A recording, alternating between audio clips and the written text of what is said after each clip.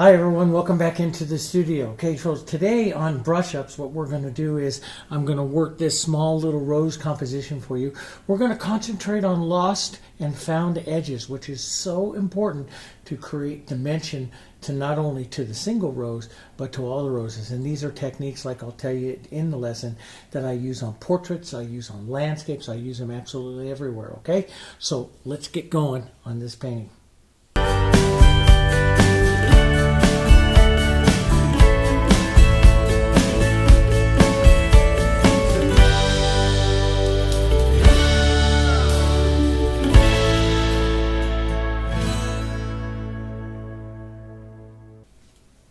Hi everyone, welcome back to the channel. We're going to be continuing with the brush ups today and tomorrow and the next day. So I'm going to be producing quite a few videos here in the next few days between now and the holidays. So make sure you check back to this channel all the time, okay? Because we're going to show you a whole bunch of techniques between now and the holidays.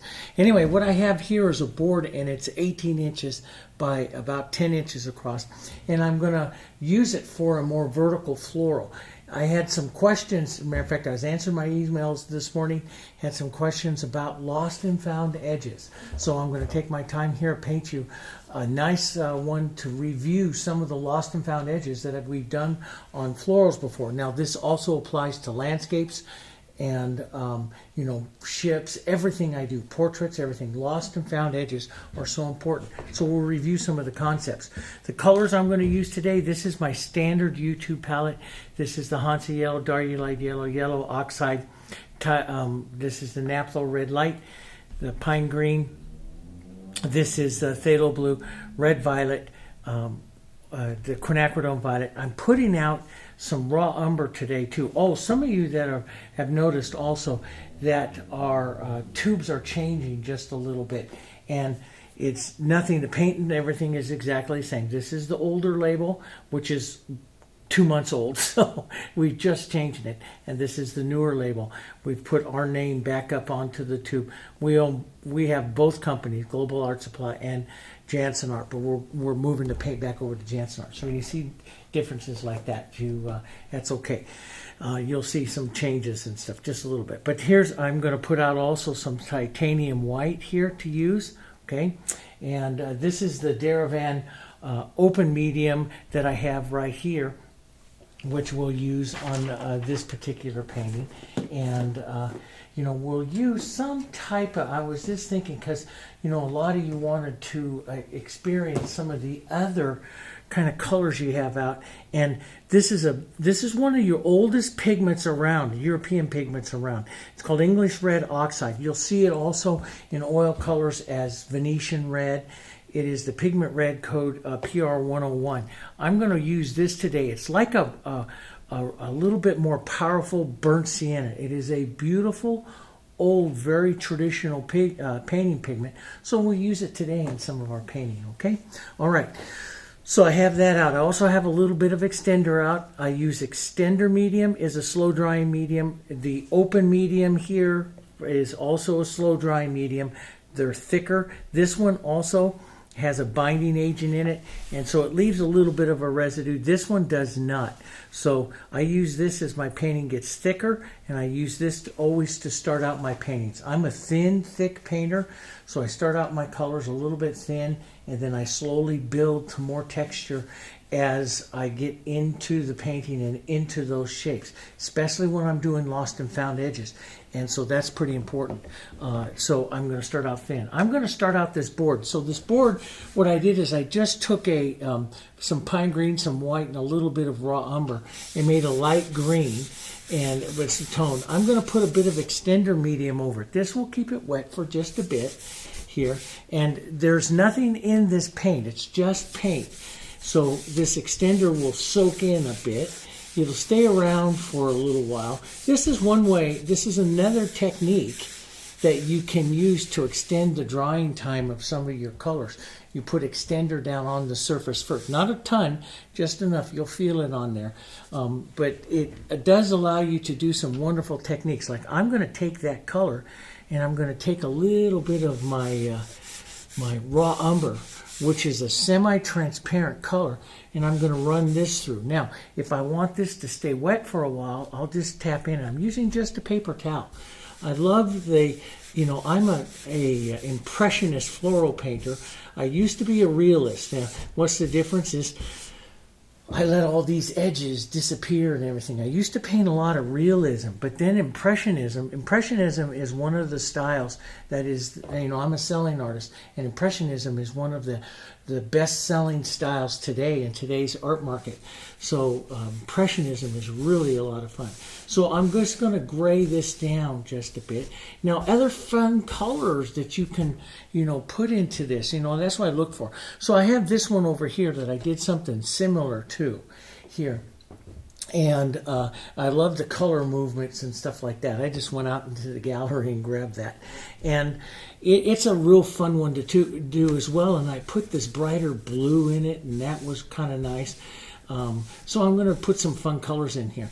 But, I like these kinds of streaks and stuff to it. That just gives your background a lot of interest. Now, there are other paintings that I do that are very popular where I do it on a solid background, and that's okay too. They all have different looks, okay? Now I'm going to go back to my brush here.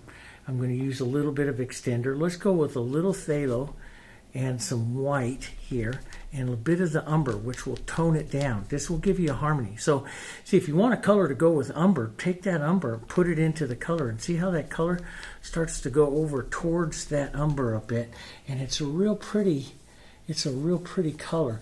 So let's push some of this into this background here. See, it's just, and I let that just slide around. I like different kinds of color movements and stuff coming out. I like a bit of it streaking back. It makes just, real interesting, beautiful backgrounds. And with today's, if you're a beginning artist, and I know a lot of you are beginning, you think, well, maybe I'll never be a selling artist or anything.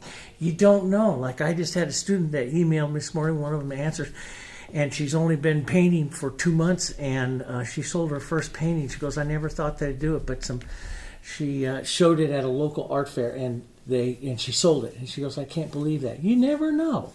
So, look to trends, look to ways in which you can find yourself as an artist. It's just a real fun thing to do. Anyway, I'm going to put some of that down and then cross some ways in here.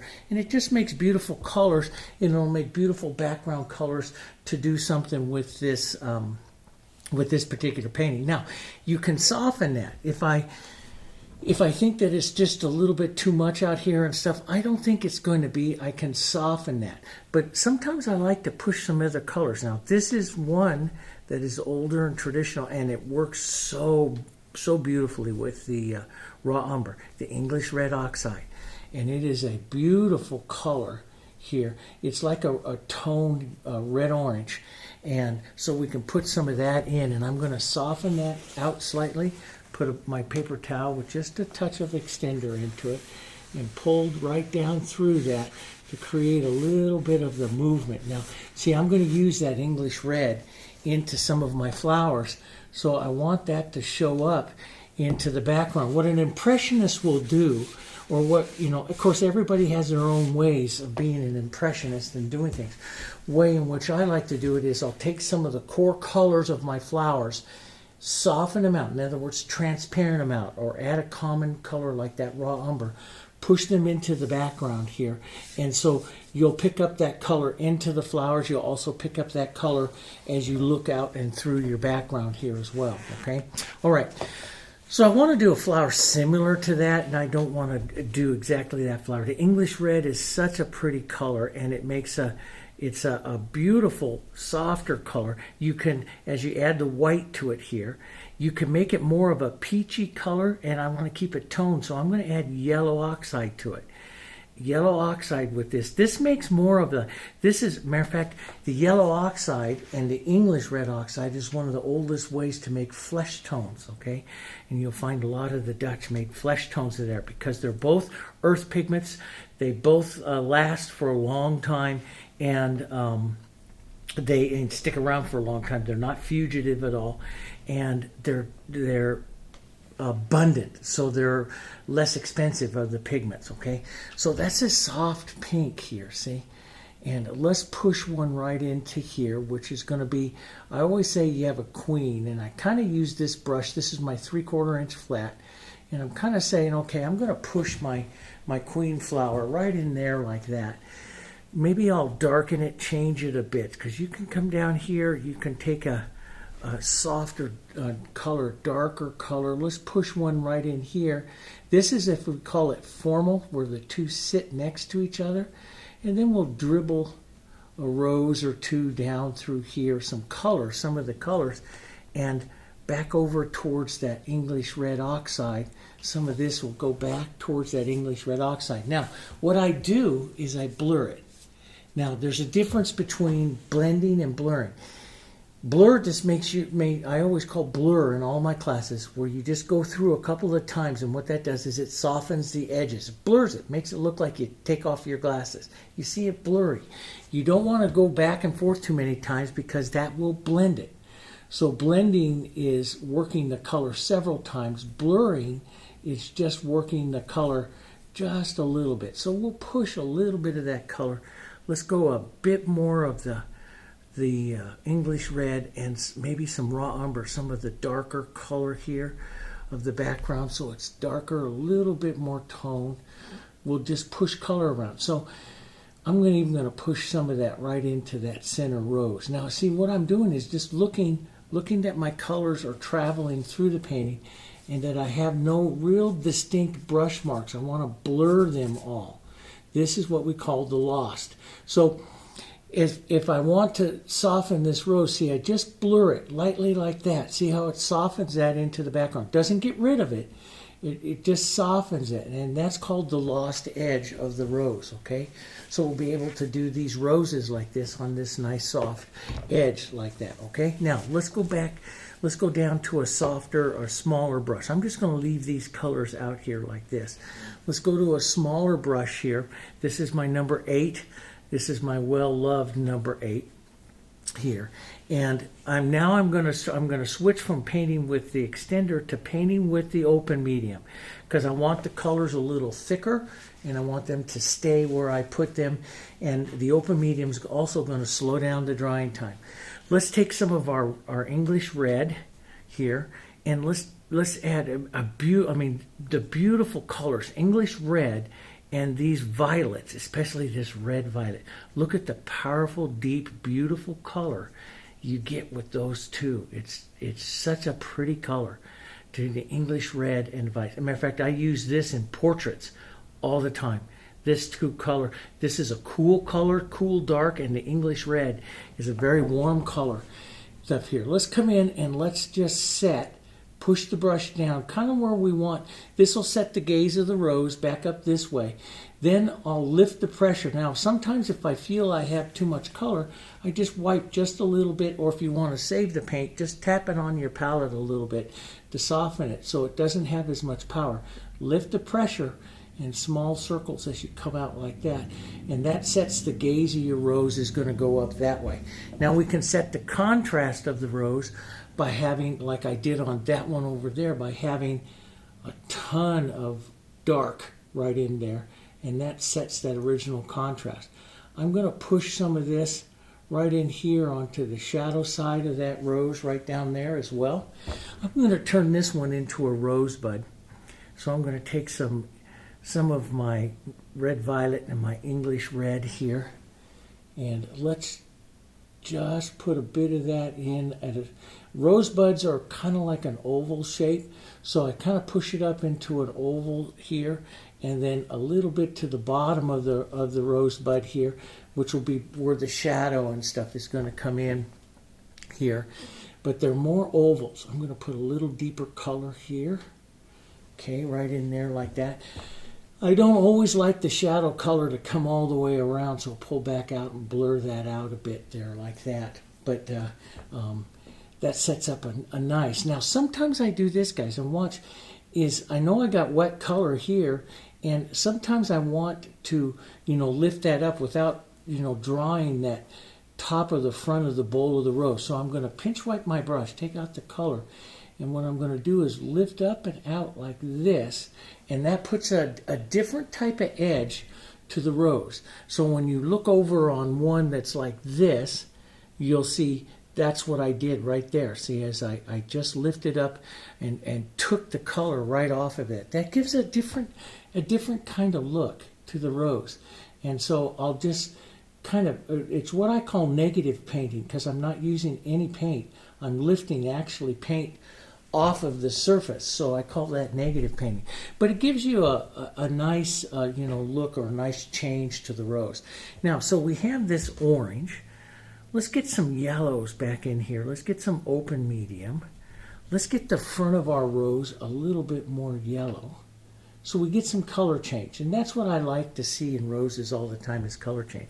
Let's even go into some diarylite right here. Add some open medium, because it's going to keep it thicker and wet. See, that's a pretty color right up in there. Some of that yellow right there in the front of the rose. Let's plop some of that right down on for this rosebud. Let's put a bit in here, even though we don't have it developed yet. Let's just put a bit in here. Matter of fact, we might change the gaze of this one here. So I know it doesn't look like a rose. And see, and this is what I do all the time. A lot of people say, well, Dave, you're off your rocker. That doesn't look like a rose. What I'm actually looking for, and what I paint for a lot in the beginning of these types of lesson, guys, is I paint for color, not really for shape or anything yet. I'm painting for color. And it comes from, years of studying color theory, but one of the things is, Frank Cavino, who was a fantastic colorist, always said that people see paintings through color first, and then what the object is. And I found that very true over the years, and different way. Let's take some of that, little bit of that violet and that English red. Such a pretty color here. And let's put a softer but still kind of dark center there. A little different. Matter of fact, I love to make the roses just a touch different. Let's put a bit of yellow right in there, so the rose will be just a bit different. Let's pinch wipe our brush and pull back down through here and just soften that top edge there. So the bowl will be down here. Now the bowl, let's just put a little more cool into the bowl right down here. So basically, whenever I'm doing my roses, I start out with the center. That's one circle. This is the second circle, and the size of the rose is the third circle. And so, I have all different kinds of ways to do the roses, as you've seen in all the videos that we do here. But, that's basically the shape of the rose. I'm going to take a little bit of that. Just drop it right down into that center there, just as a nice. But it's a little different than this one, and I like that. Matter of fact, let's put I do like that yellow and English red back out here, just because I look for color. So I like some of those colors into the rose there. I just like that. Okay. So I got that. Back down here, so these are going to be my main roses, and down here is where I like to do the impressionism, and I'm going to let these kind of soften out. So I'm just going to take a little bit of my darks and stuff, maybe turn this one down here. This little rose here will turn down. We'll keep it kind of soft. This may not even be hardly anything, and this down here may be another little rosebud, little oval shape. So I push small and then bigger down. We might turn that into a rosebud. And then what I generally do is I'm going to thin out some of my colors here and just whisper these colors out. This is what the impressionism does. Is what I do is I imagine the roses here just going right out into the background. And I want to preserve, I don't want to take out all that blue. I like that little bit of blue in there as well. Okay? All right. So now you see them a little, you start seeing the shapes a little.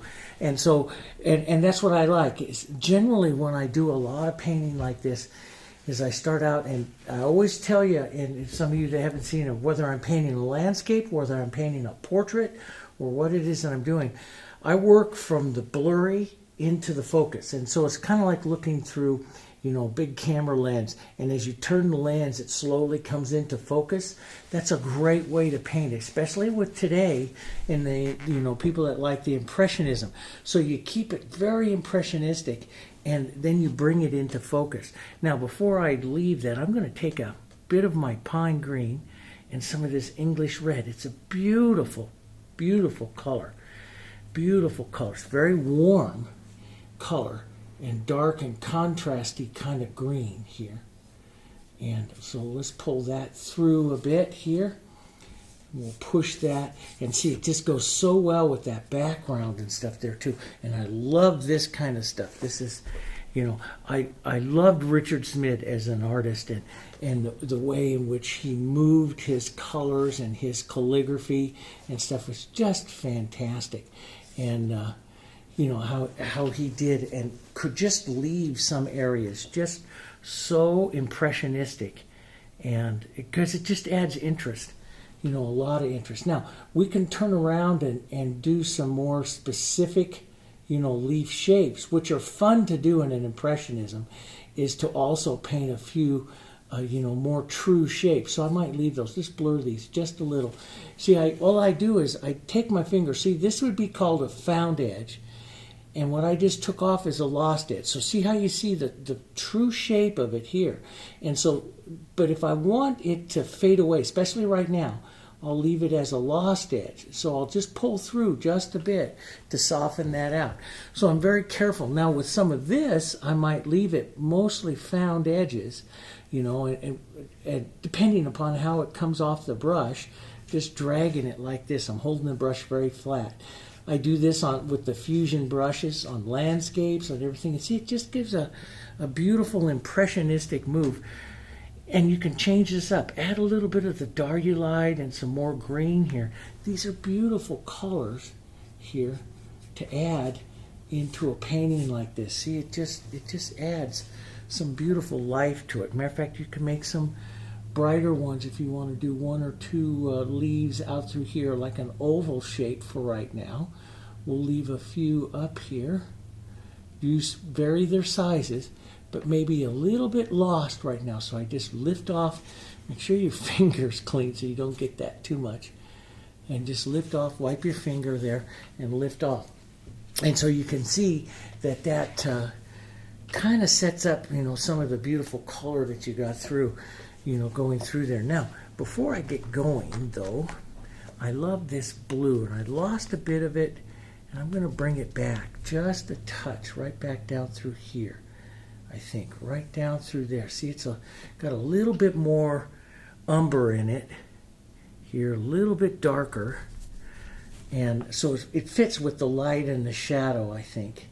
And this is the fun thing. This is the great thing about painting. This is the one thing that it's just, you know, and I generally do a painting like this, and this is late afternoon now. I've been painting this morning in the studio. It's 3 o'clock in the afternoon here on a Sunday, okay? And this is usually I get into my quiet time to get up and maybe go up and, you know, visit with the family there, because they're like, going, where have you been? You've been down in your studio all day. But I just love doing this stuff. At the end of the day, taking some colors like this, sitting back and playing with it, and, you know, it to set up and to find new ways of doing things, to explore techniques and everything, and how you might do things. That's what I love, and I love those kinds of colors and those touches like that. So, and you know, it is, painting should be fun, and painting is creative. And if you let yourself go, you say, oh, you know, this is just this is a board and a little bit of paint. Have yourself some fun and play with the colors more than anything else, and especially with the impressionistic style. Now, I can make this as much as I want into a rose. I can soften it. Like when you look at the rose that I have here, I've only painted half of this rose. The rest of the rose sits in the lost. So these are all found petals where you see the edges there. And these are all lost right out there. That's the beautiful thing about it. You know, it's just beautiful. I'm going to take, matter of fact, I'm not even going to clean that green out. I'm going to take this right down into some of my colors here. We'll add some light. We'll get some of that darulite, which is such a pretty color with these pinks. and diluted and light here. We'll add some open medium to it.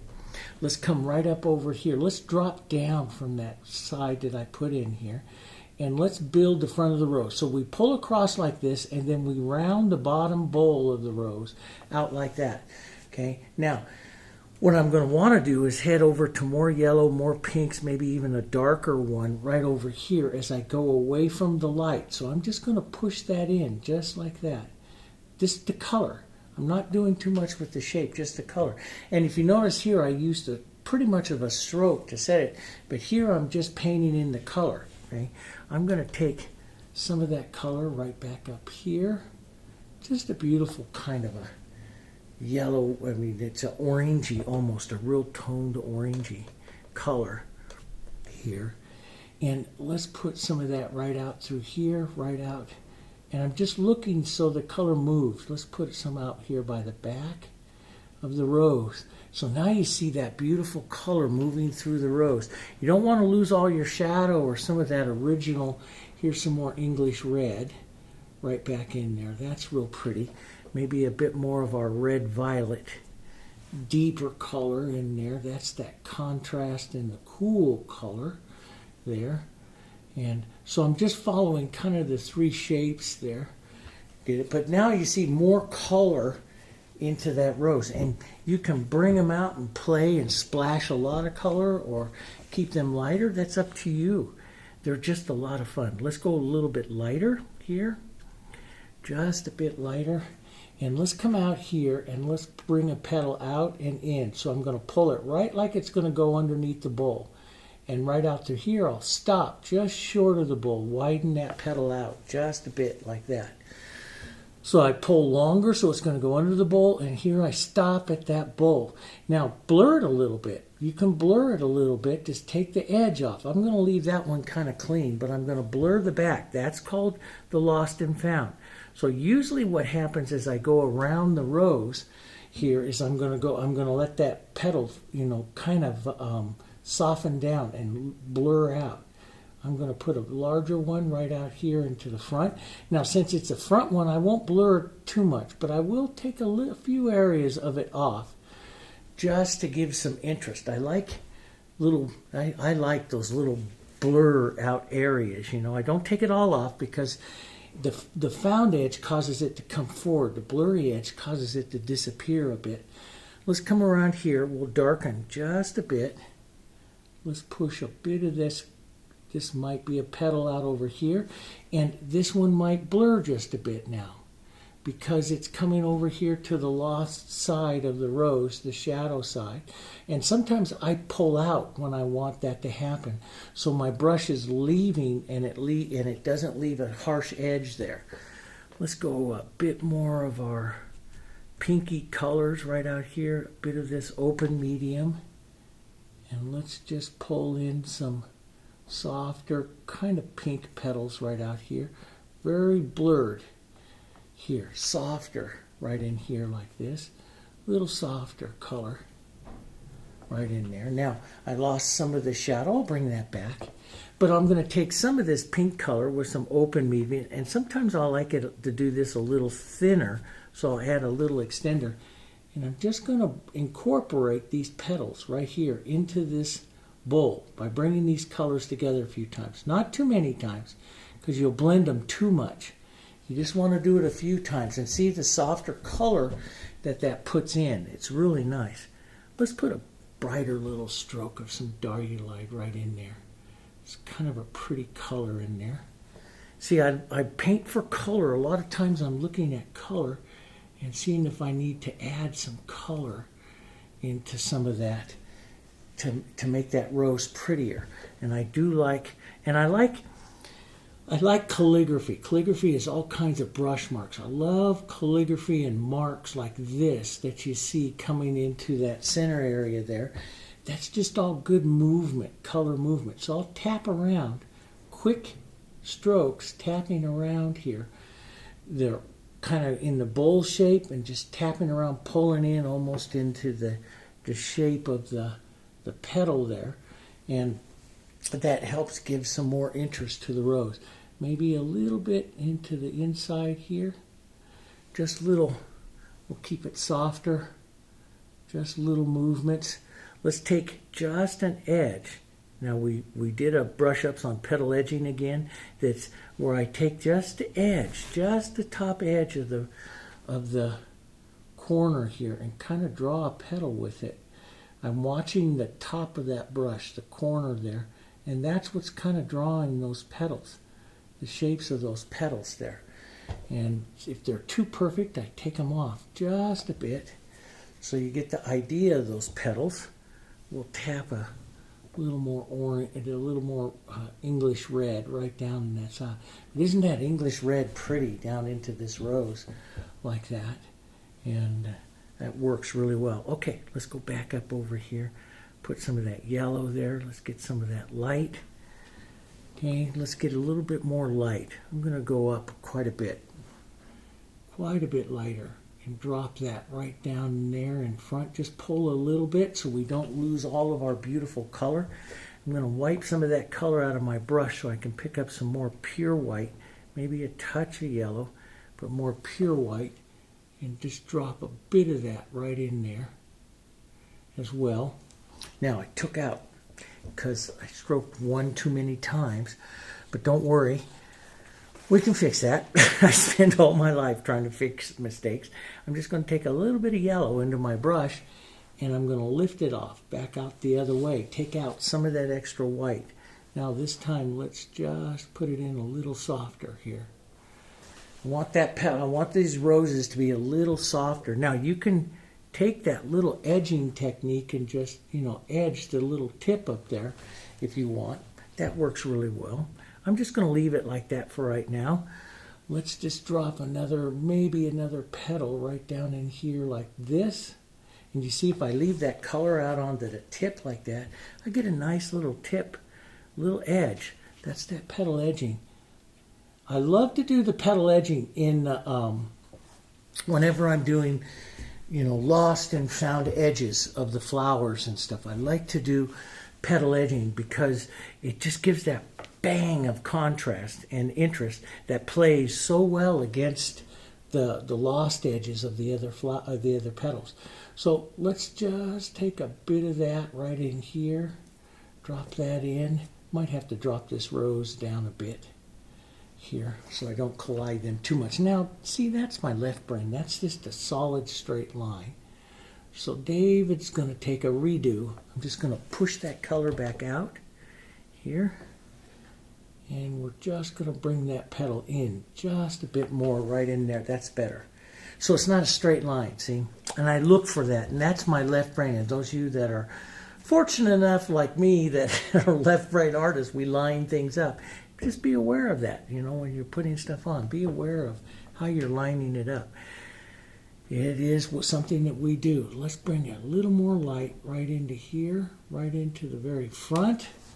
And I want to keep that very soft, maybe a little pink here. Lift off with just a bit of pink. So I wipe my brush lightly, pinch wipe it like this, pick up a little soft pink and very soft pressure, lift off, and take a little bit of that out there. And see, it makes a rose. See, I'm painting this one for color, a lot of color, because I'm painting a lot of lost and found. And we'll take a little red violet here and push that right back in. We can pull back the other way, soften it, blur those colors together. Don't blend them, blur them, because if you blend them, they make another color. If we blur it, the color is still there. The color's still there, but the edges soften into each other. That's what we call blurring. Let me just redo some of that light. That's kind of pretty. A little bit of that up over here. Let's just take some softer pink and reds and just pull right through that to soften that side. Just some little tips and movements. Those are pretty.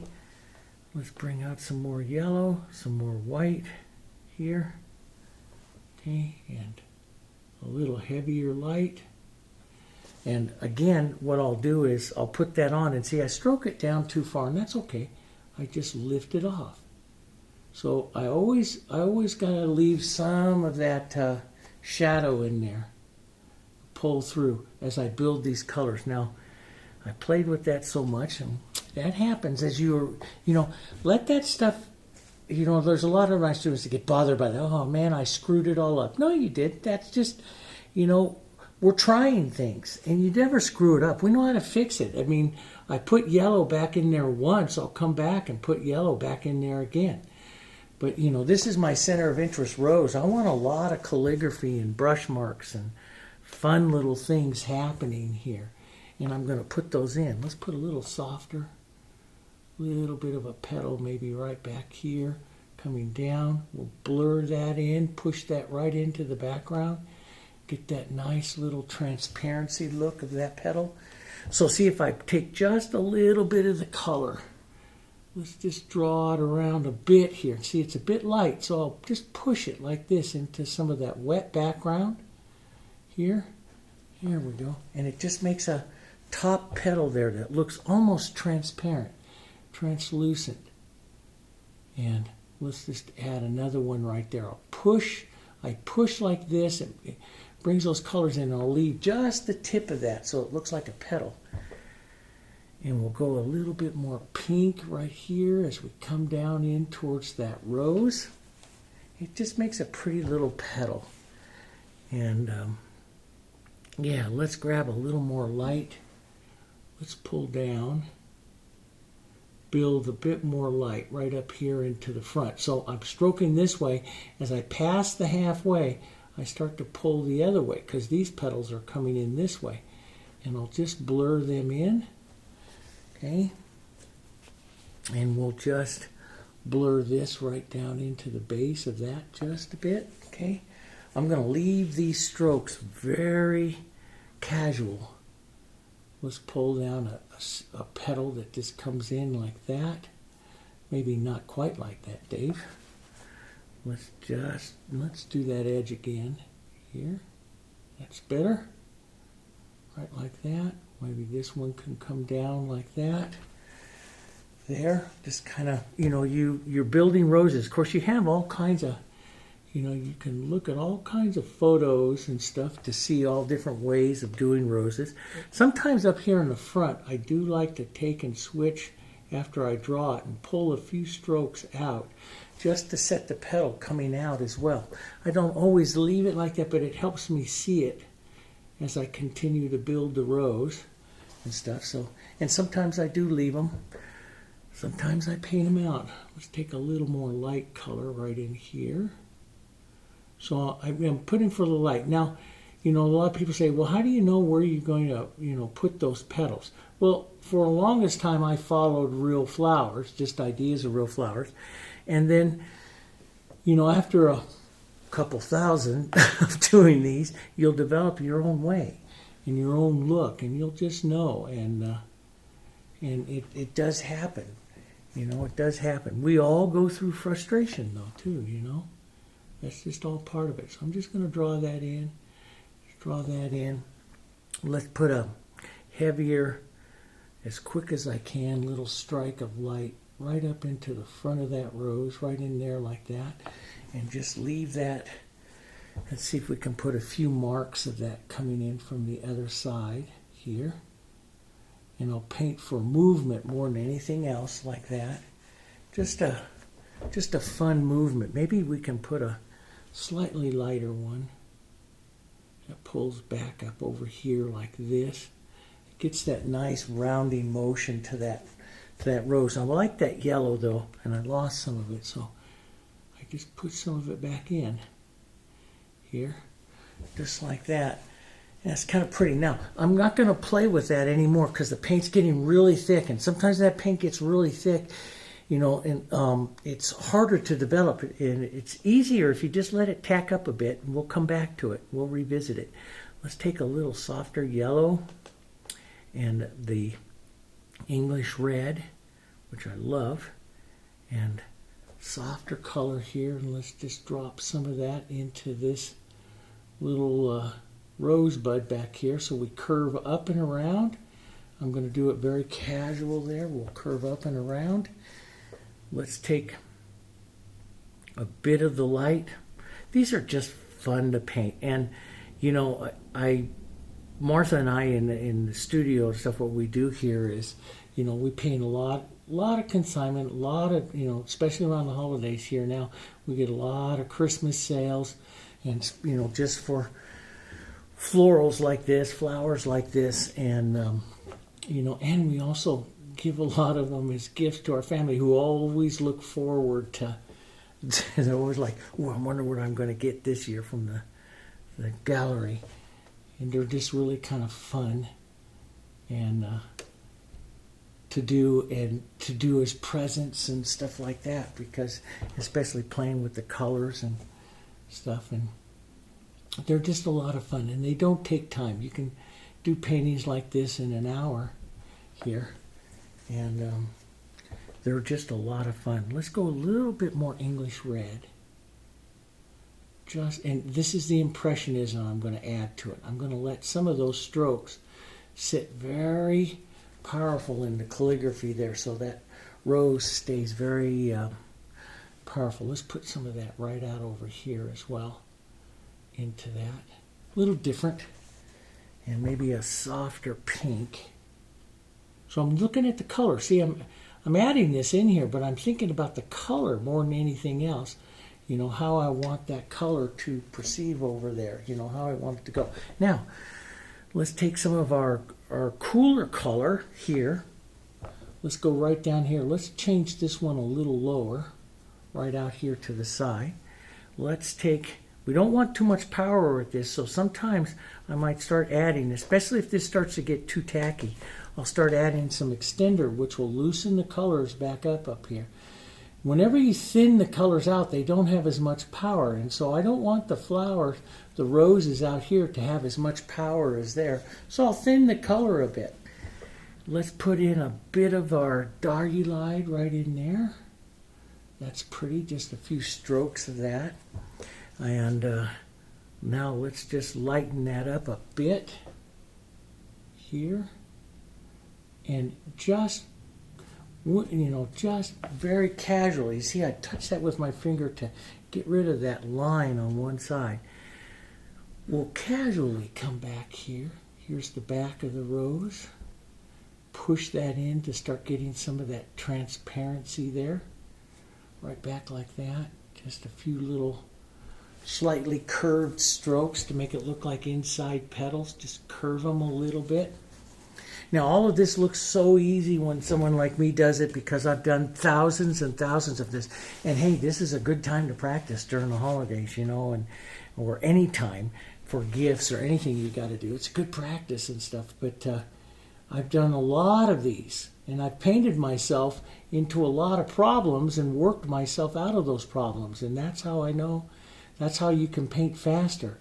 And you know, by fixing problems, you know what is and what is not a problem. Now, so here I'm just going to kind of skip around a bit, kind of give the idea of petals. I want to decrease the size of the bowl over here, so I'm going to push way hard and go all the way back down to some of those greens. Wipe my finger here and push and lift off all the way back to some of those greens that I have underneath that. Just to small down that rose a bit there and push it into shape. It's a little bit off, but see, and then I'll push that cooler color in there. That'll be kind of pretty. And see, this is what I love to do. The impressionism of it is we won't blend these out. We'll let the calligraphy of these strokes, of those colors, there's some yellow. We'll let the calligraphy stand in there. I'm going to use a little darker red. I feel like this is cutting across that a bit, so I'm just going to use a little darker red to paint out the front of that one. And the darker red violet here will pull through like we did on that other one there just a bit.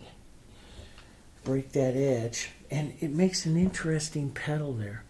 You know, you'll see, like when you go through that, the 30 Days of Roses, all the other roses that I did and peonies, I used my brushes all different kinds of ways and create all kinds of shapes.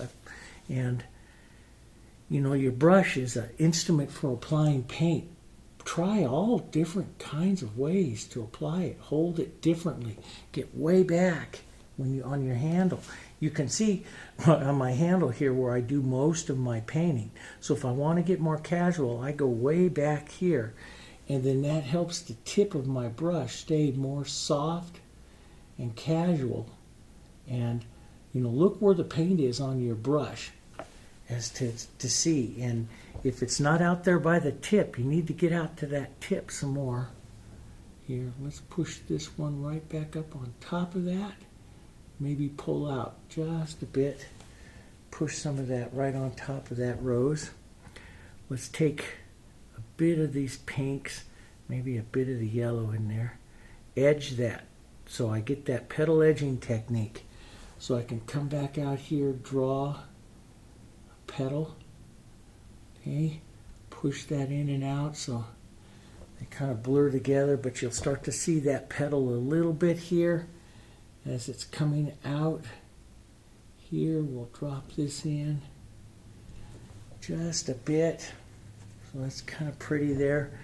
Let's pick up a bit more light. Bring a lighter bit of it right here. Maybe down. Right in there like that. So bit of this one now. I feel it's a bit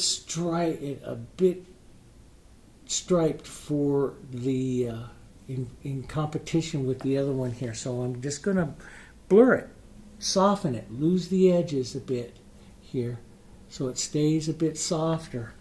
Down there is a secondary rose to this one. This is the main primary rose.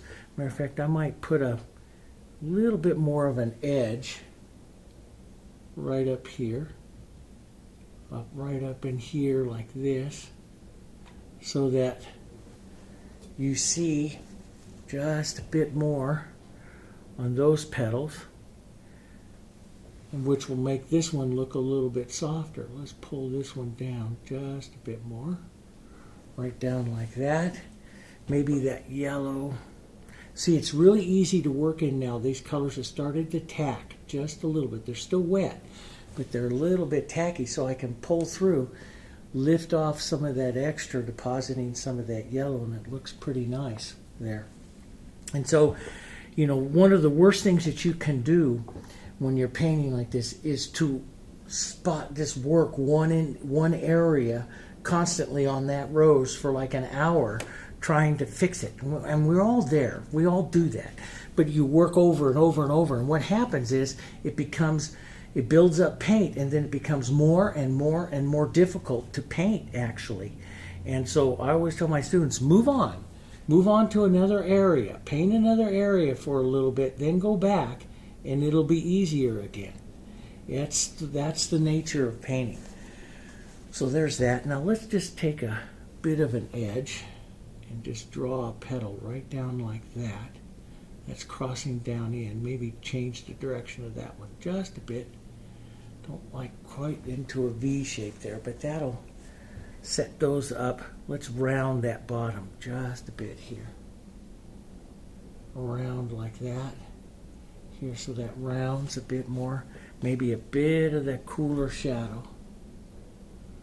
So that rounds up. See? So I'm painting that more with looking for the color here. And that's kind of pretty. I do like that bit of English red right out there. So I'm just going to blush this. English red is one that you don't see me use here on the channel very much. But I use it in all my portraits, and I use it in all of my historical paintings and stuff because it's a historical color. And it's one really we need to do more with because it is such a versatile color. I can cool it with a little bit of this quinacridone like this. Push that English red a little cooler right like that. Drop that one in. Let's use, instead of the diarylide, let's go back to our yellow oxide, which we started out with, which will give a little bit of a yellow, but see, it's not as bright. Yellow oxide is more of an earth tone, and it is not as bright, okay? And so it's an oxide pigment, natural iron oxide. We'll go just a bit of our red violet, cooler dark in there, okay? Let's just, very soft, maybe pink, a little bit of yellow here, right up here like this. Just give the impression that that's going to be an opened rose right down there.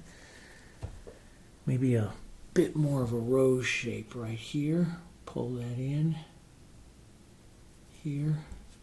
And see, I'm trying to pay it very lost. These are the lost edges. So this little stroke right here is a found edge. And see how that comes towards you. This right back here where you don't see an edge, and back in here is the lost edge. And so painting with the lost and found edges is essential, really, guys, for getting some nice depth to your painting. And as you get more practice with it, you'll be able to, vary the looks. As two flowers come together, what we call formalize two flowers, you'll be able to control which petal comes on top, depending upon how much of an edge you give it. So they're very fun. It's a very fun thing to learn how to do. Let's get a little splash of that English red right back in there. And see, back now as we come back down here, I'm going to take my English red and some of my yellows, and I'm just going to splash them around a bit and blur them around a bit more. That's what I like. And sometimes I do this, and I'm going to take the blue out of my brush here for a second. And because I'm painting alla prima here, wet, I'll put some extender back into my brush, get rid of that water, because water is a solvent, you see. And see if it does this, I'll show you. If I leave water in my brush, what happens when I come back in here that I painted some wet alla prima is I will remove it. See how it can go all the way down to the base coat. And that's because water is the acrylic solvent, okay, for the paint. So if you leave that, a lot of people say, oh, I can't get this, or I make problems and stuff.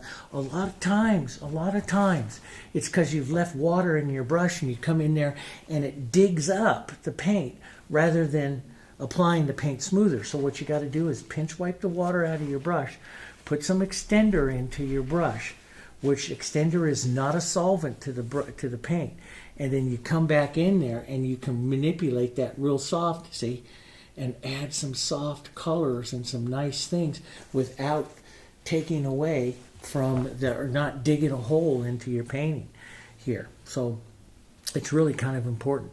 Let's take some green and some raw umber and a little bit of red violet here before I go paint that very impressionistic bottom side there. And let's push a little more contrast right up in here. See that nice deep cool color? That red violet cools it now, because before I used the pine green with the English red, which made this nice warm kind of greenish brown. Now I'll use this cool to come in there and add just a touch of the cool, and it gives a nice contrast. We'll push some right in here. See, it gives a nice deep dark contrast there in and around that flower where I want that. I might take that just a bit out of the composition here to this side. Just boom, pull down. I look at those kinds of things where I might like a little mark of that color. Just a quick little mark. That. You can put down stems. You see me put down stems and stuff of flowers here and stuff with that. Take that green and a little bit of that red, and you've seen me draw like little stems and everything off of those. I like doing that kind of stuff. Like that's just an impressionistic stem, and all kinds of fun things. We can take that tone color there, just see that's that pushing that out. So I found this color, which is green. I love the green and the English red. And it's more powerful, more, how in so many times I've used the burnt sienna. The English red is a little bit more intense. And so it gives you so when you mix those together with the green, it tones the green, but it gives them more of a glow to that greenish color, which is really quite pretty. And it's a good color to kind of use around in a few places as an impressionist. It's really quite pretty to use that around here and just draw a few little things that come out and around. It's just this is just kind of Christmassy colors here, you know. It's really kind of fun. Well, last night we were all up late last night having a tree trimming a little bit and putting up some of the lights and stuff. It was really a lot of fun, and so now I'm using some of the colors right out of our living room there. Let's take a bit of the light here, and we'll just give some ideas here of maybe a rose here, but we won't get too much of a shape. So, and what really makes the shape, let's come right down here, and we'll turn this more into a rosebud here. Okay, so that's falling down mostly into a rosebud shape. But what really makes that rose more than anything else, and this is what I tell everybody, is that center dark, the throat of the rose. So let me take a little bit of my red, my violet, and my English red, and if I just push in like this, see, and just pull out like that, I start to turn that even more into a rose. Do you see that? It's the three parts of the rose, which is that center and the shadow here. That is really what makes your rose here. So you can make a lot of mistakes, but if you get those shadows in there, your rose will start to come together. So now I just softened that inside shadow, so I'm going to push it back in a little bit more contrast, just a bit. Let's put another little mark right there. Let's just go with a soft, maybe a little petal out here. We'll blur it to give it the lost edge there. So you get an idea of a petal coming out there, but it's not so much. And then we'll make this model kind of a little bit lighter and maybe drop another petal right down like this. And I'm doing that because it's up here towards the front of this rose here. So, but this is how you can do this anywhere, you know. This is how I love to paint trailing roses down off something like this. You know, you can use these. We used to do this in decorative painting on the sides of cabinets and stuff like that going down, you know. I did a set of kitchen cabinets with these into the center, and it was so pretty. And, you know, you can use all different kinds of colors, but this type of thing here, it's just wonderful. Now, I come into here, I did that decorative painting in there. I could do a little bit right up here onto the tip of the rose here, this petal. Let me go back into the original intention of this is showing you guys lost and found edges. So this background through here is pretty much lost. It's pretty much lost. And so if I want this rose to win against that one, which I do, I come back with that little petal edging technique, and I just make sure I see that found edge right there. And see how the found edge, especially going up there against that shadow, it really makes that, pops that out. Now, I can, if I want this to soften, I just push in just a bit, push and pull just a bit. And see, as I take that edge off, that's called the lost edge, and that petal starts to become softer and softer. So let's try it over here. And this is how you add so much dimension to what you paint. So we'll push that right in there like that. Now see, that brings that petal forward. Let me just do this with the brush too here. And so I'm just going to wipe my brush right now, wipe off my brush. We'll just lift off that right there so it softens that edge. Boom, right like that, okay? Now what I have here is that found edge. Now if I want to soften it, I can just wipe this or even put in just a touch of the greens, just a little bit dirty in my brush. It's just a tiny bit. And just lift right off just a bit and start walking across it, lifting off just a bit until I see only as much as I want to see. And that's about enough because I like that on that. I might put just a tip right out here. Right out here. And that's the lost and found of your painting. And that's basically, this was going to be a quick little brush up with a couple roses, and I went a little long. Sorry, just about an hour, just short of an hour. I went a little long. That's okay.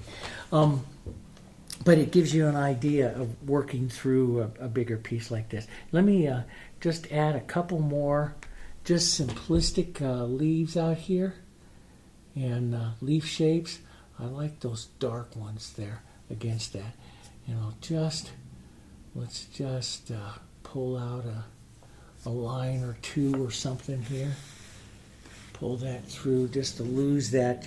I like to lift off beyond my composition here. So I love that. That's English red and a little green, just pulling out of the composition there to one side.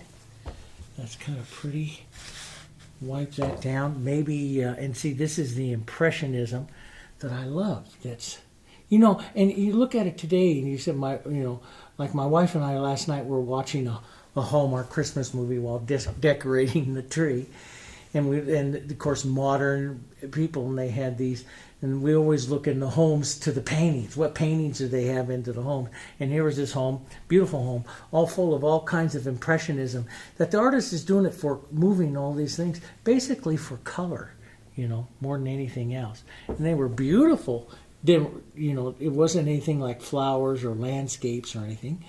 But it was all just Impressionist movements of color, abstract kind of things. Not quite completely abstract, but very close. And it was color. And so, but that's a lot of what I do now when I start to look at this, is like, looking for little bits and little edges and things of color, spots of color that I might like to have everywhere else that will just take your eye out a little bit. So you got the idea of some beautiful roses here. Those are almost the color of Ambridge roses or nectar roses. But you got those colors and stuff on there, and then you put little sparks of it, and then you have your nice found edges right here and your nice lost edges, and that's what makes a pretty composition going all the way through, okay? So lost and found edges. Now there's a lot of them. Matter of fact, if you just put in the word lost in the search engine on my channel, you'll see there's several videos where I talk to you about lost and found edges. And I do it on mountains, I do it on people and portraits and, receding areas of the hair, all kinds of places that artists are doing, because we're edges. We're artists of edges. And there's several videos that I have on the channel where I specifically go through lost and found edges. So as a quick little brush up, lost and found edges are something that you really need to concentrate on, and that petal edging technique is fantastic for helping you develop that, okay? But anyway, have some fun with it. I'm going to be producing another video immediately, might even be up tomorrow. So come back to the channel right away. We're going to be producing a lot of videos between now and the holidays, and give you guys all kinds of stuff to practice, paint, and giveaways, gifts, and do whatever, okay? And we'll hope that you all have a wonderful holiday season, painting season. And don't forget to leave a comment. You can ask a question. I'll answer that. If you want to post pictures of it and have some help and some advice, come over to our group. And all of those links are in the video description. Just click on the video description. We have a group over on MeWe that we all post our pictures on and help each other and do stuff. But when you're posting pictures on there and stuff, we like them to be done in the acrylics, because we're acrylic artists on that group, which is Acrylic Artists Helping Group. And, make sure that you set your profile with your profile face and stuff like that, because we're a conversational group, okay? But it's a lot of fun. Come over and join us. I'll see you guys over there too, okay? If not, I'll see you on the next one, maybe tomorrow, okay? All right. Talk to you later.